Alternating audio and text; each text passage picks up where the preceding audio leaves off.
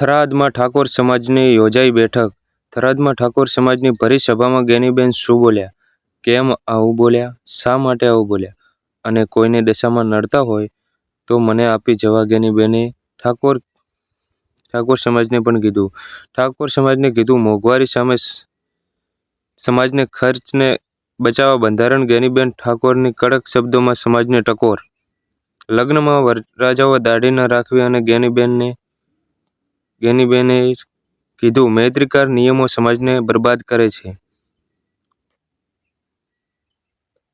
ગેનીબેન એવું પણ કીધું દીકરીઓ મૈત્રી કરારથી લગ્ન કરે તો ચલાવી લેવાનું નહીં, તમારો દીકરો વાંઢો મરે તો મરવા દેજો। ગેનીબેન ઠાકોર આવું પણ બોલે છે। માતાજીના ભુવા ઉપર ગેનીબેન ઠાકોરનું મોટું નિવેદન, ખોટા પણ હોય ભુવાજી, ખોટા પણ હોય છે, એના પર ભરોસો કરવો નહીં એવું બોલ્યા। આપણા સમાજમાંથી ગમે એટલી દીકરીઓ બીજો સમાજ લઈ જાય તો એના માટે સમાજ આક્રમક નથી અને એટલા માટે ક્યાંક ને ક્યાંક મોટી તકલીફો ઊભી થાય રહી છે।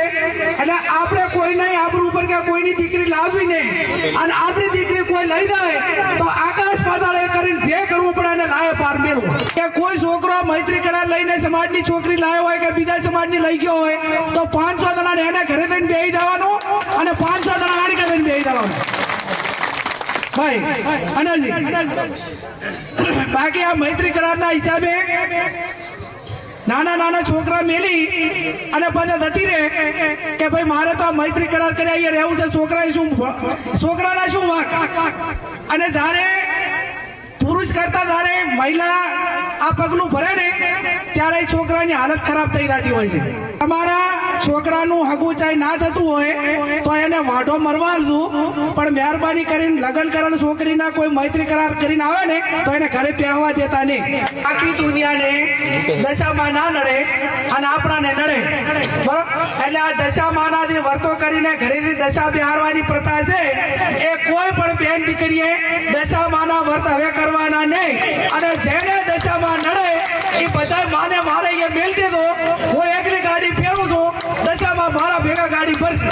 પછી આ ભુવાનું ને એનું રહ્યું ને એ કટોર મારું છે, પણ મહેરબાની કરીને કોઈ ભુવામાં ફસાતા નહીં। તમારું જે કર્મ છે એનું એ જ અગત્યનું છે, જેવું કર્મ કરશો એવું ભોગવશો। અને એવા તમને ભ્રમમાં ઘાલશે કે તમને આર્થિક બરબાદ કરશે, સામાજિક બરબાદ કરશે, કુટુંબમાં બરબાદી લાવશે અને એવી વેમ ઘાલશે તો આખો પરિવાર વેર વિખેર કરશે।